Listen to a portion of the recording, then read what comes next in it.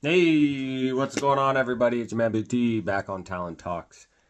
Sorry I haven't made a podcast episode in a while. I was under the weather. I'm feeling much better. Thank you for asking. And we're back with the Biology of Belief by Dr.Bruce Lipton. And I already figured out my next book that I'm going to read. And stay tuned. We're not too bad. We're about a quarter way through this one. So carrying where we left off. Parental life experiences shape their children's genetic character. Interesting topic. We now know that the environmentally influenced fine-tuning described above can be passed from generation to generation. A landmark Duke University study published in the August 1st, 2003 issue of Molecular and Cellular Biology found that an enriched environment can even override genetic mutations in mice. So if an enriched environment can override genetic mutations in mice, it could probably do it in humans too. Just thought. Waterland and... Oh, no, that's just the article. In the study, scientists looked at the effect of dietary supplements on pregnant mice with the abnormal agouti gene. I don't know if I'm saying that right. Agouti mice have yellow coats and are extremely obese, which predisposes them to cardiovascular disease, diabetes, and cancer. In the experiment, one group of yellow obese agouti mothers received methyl group-rich supplements available in health food stores, folic acid, vitamin B12, betaine, and choline. Methyl-rich supplements were chosen because a number of studies have shown that the methyl chemical group is involved with epigenetic modifications. When methyl groups attach to a gene's DNA, it changes the way regulatory chromosomal proteins bind to the DNA molecule. If the proteins bind too tightly to the gene, the protein sleeve cannot be removed and the gene cannot be read. Methylating DNA can silence or modify gene activity. This time the headlines, "Diet Trumps Genes," were accurate. The mothers who got the methyl group-rich supplements produced standard, lean, brown mice even though their offspring had the same agouti gene as their mothers. The agouti? Agouti? A-G-O-U-T-I. A-G-O-U-T-I. Agouti? I don't know. Anyways, the mice. The mothers who did not get the supplements produced yellow pups, which ate much more than the brown pups. The yellow pups wound up weighing almost twice as much as their lean pseudo-agouti counterparts. The university's photo shown above is striking. Though the two mice are genetically identical, they are radically different in appearance. One mouse is lean and brown, and the other mouse is, so as you can see in the picture there, that's the one that has the agouti or gouti, and then that's the normal one. And the other mouse is obese and yellow. What you can't see in the picture is that the obese mouse is diabetic, while its genetically identical counterpart is healthy.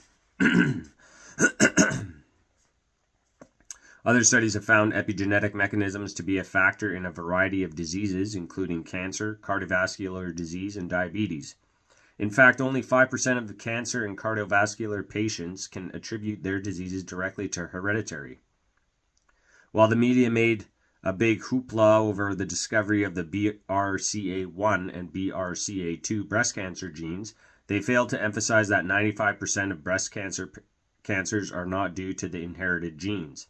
The malignancies in a significant number of cancer patients are derived from environmentally induced epigenetic alterations and not defective genes. Recently, eminent scientist and physician Dean Ornish revealed that just by changing diet and lifestyle for 90 days, prostate cancer patients switched the activity of over 500 genes.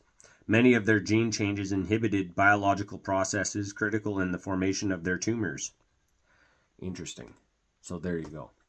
Everything is health related, environment related, mind and thought process related. Thought process. The epigenetic evidence has become so compelling that some brave scientists are even invoking the L word for Jean-Baptiste Lamarck, the much-scorned evolutionist who believed that traits acquired as a result of environmental influence could be passed on. Philosopher Eva Jablonka and biologist Marion Lamb wrote in their 1995 book Epigenetic Inheritance and Evolution, The Lamarckian Dimension, in recent years, molecular biology has shown that the genome is far more fluid and responsive to the environment than previously supposed. It has also shown that information can be transmitted to descendants in ways other than through the base sequence, code of DNA. We're back to where we started in this chapter, the environment. In my own work in the laboratory, I saw over and over the impact a changed environment had on the cells I was studying. But it was only at the end of my research career at Stanford that the message fully sank in. I saw that endothelial cells, which are the blood vessel lining cells I was studying, changed their structure and function depending on their environment. When, for example, I added inflammatory chemicals to the tissue culture, the endothelial,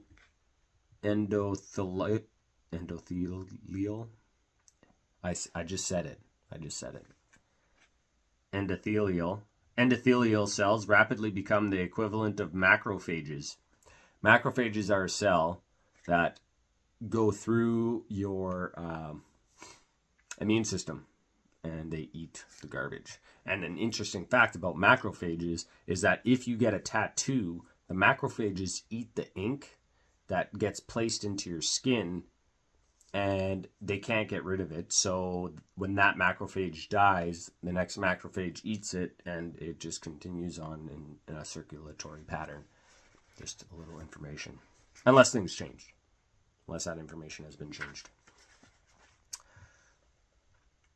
The scavengers of the immune system. Yeah, there you go. What was also exciting to me was that the cells transformed even when I destroyed their DNA with gamma rays. These endothelial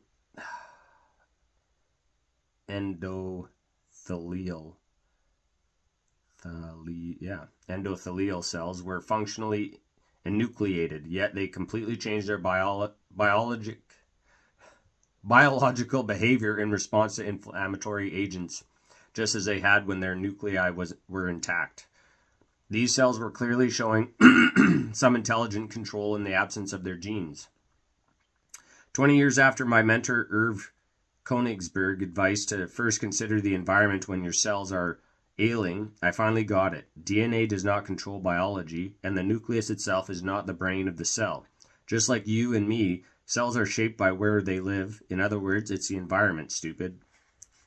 The exploding field of epigenetic research has not only made Jean-Baptiste Lamarck look like a seer, it has made my professor and mentor Irv Konigsberg, who inspired the title for this chapter, look like more of one as well. More than 40 years later, it's still the environment, stupid. Consider a Stanford study tooted in the media with headlines that sound like the biology of belief. I'll try to restrain myself from pointing out over and over and over that the newest research supports the conclusions of the first edition of the biology of belief, though that's hard for me because I've felt so many times like a voice in the wilderness. From U.S. News, environment trumps genes as at shaping immune system. Study Part-8, 2015 from Science Daily. Environment, not genes, dictates human immune variation, study finds. Goldman, 2015. The Stanford study found that 3/4 of the variations in the immune systems of identical twins who share the same genome were due to non-heritable environmental influences, including exposure to microbes, toxins, diets, and vaccinations. The study found that environmental factors over time shape the twins' immune system, with the result that the differences in identical twins over 60 are greater than the differences in twins under 20.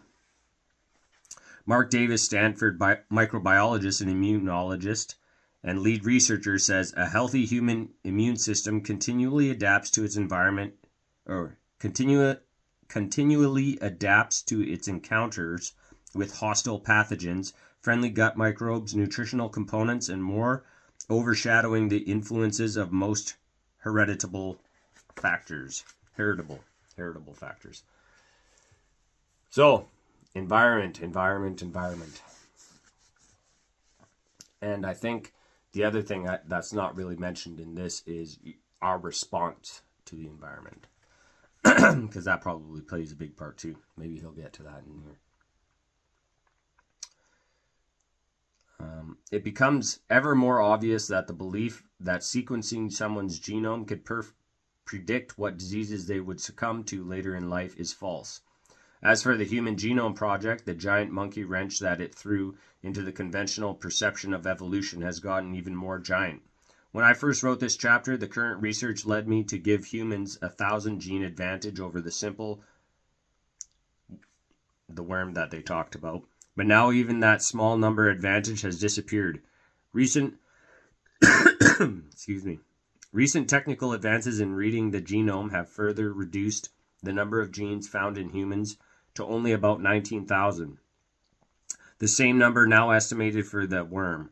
In fact, by now, the origin of over 90% of human genes has been traced back to more than 100 million years ago, which implies that worm and human genomes likely share most of the same genes. So in terms of a gene-based metric to score evolution, we humans have been hurtled even more definitively down to the base of German embryologist Ernst Haeckel's Tree of Life, an illustration he created in 1886 shortly after Lamarck, and then Darwin introduced the science of evolution. Haeckel's image traced the lineage of animal evolution from the simplest bacteria at the trunk of the tree to the human occupying the tree's top branches. That lineage made sense when the primacy of DNA was held by science as the controlling factor of life. Evolution biologists naturally assumed that as one ascended the tree, higher evolutionary traits would result in greater genetic complexity. But with humans now at the bottom of the gene-based tree, it is even more evident that gene populations do not determine organismal evolution. Here's another fact I often use in my lectures as a cautionary tale about overemphasizing the roles of genes. The same gene used to code for the protein keratin found in hair also provides for all of the following structures: skin, nails, claws, hooves, and horns. The gene that encodes the synthesis of individual keratin protein building blocks does not control how those keratin molecules will be used. So protein encoding genes do not provide for cellular building blocks, but do not determine an organism's... Okay, wait a minute. So protein encoding genes do provide for cellular building blocks, but do not determine an organism's structure or its complexity. That leaves us with a fundamental question: what does? Figuring out an answer to that question leads us to another completely unexpected outcome of the Genome Project. Genes that encode a cell's protein building blocks constitute less than 2% of the genome's total amount of DNA. So the vast majority of DNA does not contribute to the cell's protein population. The belief that this DNA lacked function led Francis Crick to label it as junk DNA. That's crazy. That we would... And I don't necessarily believe in that. I don't think we have junk DNA. I just think we're not evolved enough to activate it. But I could be wrong. I don't know. That's just thought.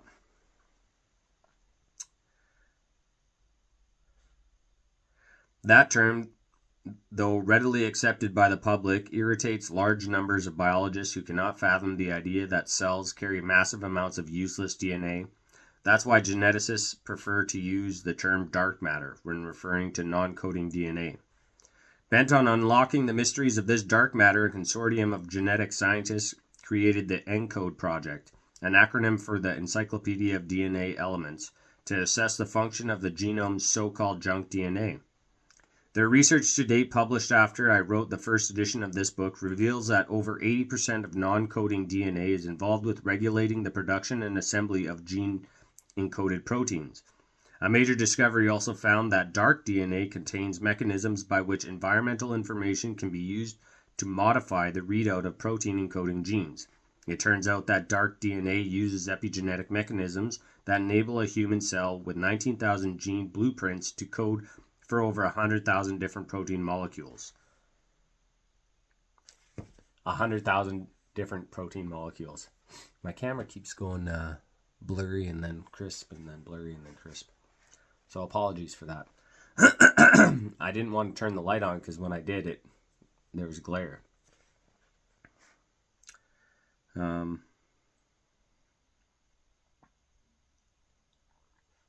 Perhaps the biggest surprise from the consortium's findings, which were from the results of 300 years of computing time, is that a large portion of dark DNA consists of gene switches. Over 4 million gene switches in the non-encoding DNA constitute an almost inconceivable, intricate information wiring system, one that turns genes on and off and provides a mechanism to rewrite DNA's coded protein structure. That intricate information wiring system reminds me of the A.C. Gilbert erector set that I was fascinated with as a child, a parent's nightmare. This kit contained hundreds of parts, including nuts and bolts, various metal beams with regular holes for assembly, pulleys, wheels, gears, and a small electric motor. What distinguishes construction sets like the erector and today's Lego blocks is the user's ability to build a model and then take it apart and build something completely different with the same parts endlessly. In an analogous biology construction set, genes are the physical building parts, and non-coding DNA is the instruction sheet on how to assemble specific models from an assortment of the same parts. Like the erector set, gene-derived protein parts can be assembled, disassembled, and reassembled into a variety of different organisms. The body plans for each organism, encoded in the dark DNA, are directly connected to the dynamic environment via epigenetic mechanisms that interpret, translate, and control the activity of the protein coding genes. The results of the The results of the ENCODE project are radically changing the research paradigm associated with diseases like cancer. Before new insights about the role of dark DNA surfaced, scientists studying the genetics of disease only sought to identify mutations in the genome's protein coding genes. The ENCODE assessment now revealed that as many or more disease-associated mutations are present in the dark matter, the non-coding DNA. When researchers combined data from the Human Genome Project, sorry about that, I had to pause it because my kitty was scratching at the door. So where was I? See? There she is.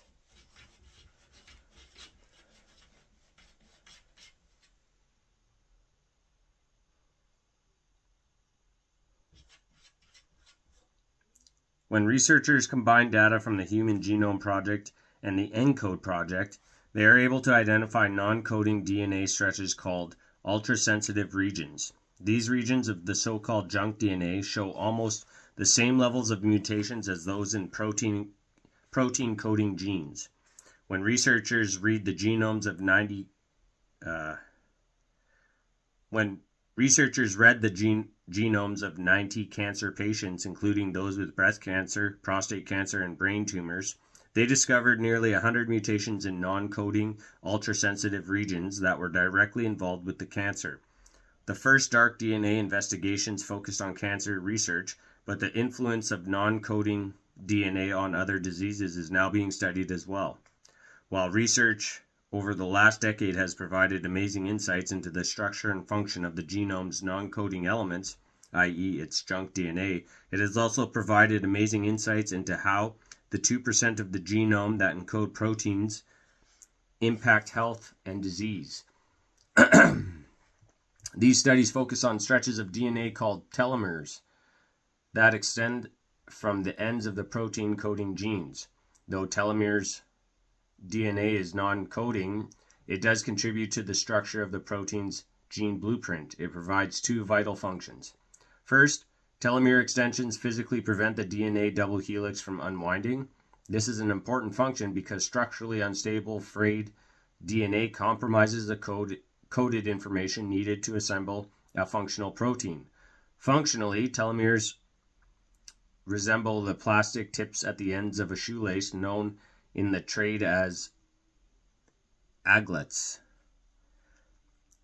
When an aglet fails, the woven threads at the tip of the shoelace unwind and become frayed, which impairs its function. How many times has your patients been tried guiding a fat, frayed shoelace into a teeny tiny eyelet? Second, telomeres provide the physical platform required for DNA replication. A cell must duplicate its DNA before it divides to ensure that the daughter cell receives a complete genome. In this process, an enzyme DNA helicase unzips a double helix with a large protein complex. DNA polymerase attaches onto the free end of the DNA strand. The polymerase enzyme travels like a train on a track down the length of the DNA.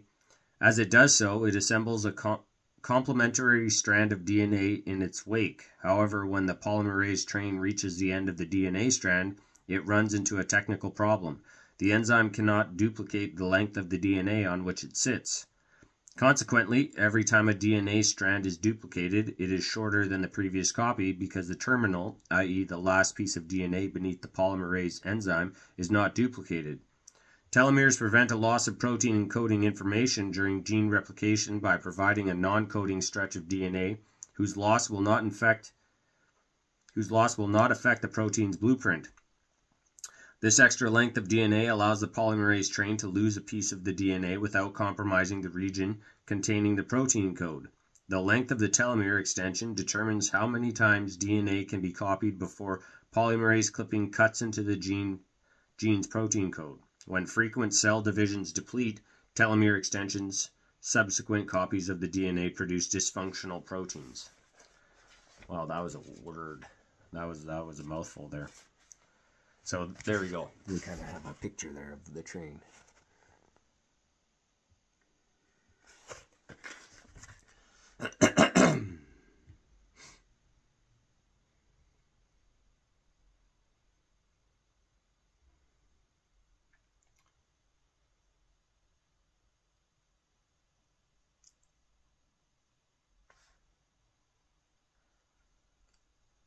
Okay, let's end it there. Well, it's been a while since I've read, as you could tell. And this chapter was definitely full of all sorts of science. We're almost done chapter 2, and then we can continue on. So, we learned about proteins, junk DNA. We learned about that. We learned that the environment influences our genes and the non-coding DNA. I'm going to ask ChatGPT some questions about the non-coding DNA. And telomeres. I'm going to ask it about that. But anyways, as always, I appreciate every single one of you that tunes in and listens to me yammer and stumble and fumble words and pronounce them wrong. I hope you laugh. If some of the words I pronounce wrong and you know how to pronounce them, leave a comment. And yeah, thanks again for tuning in, and we'll catch you at the next one.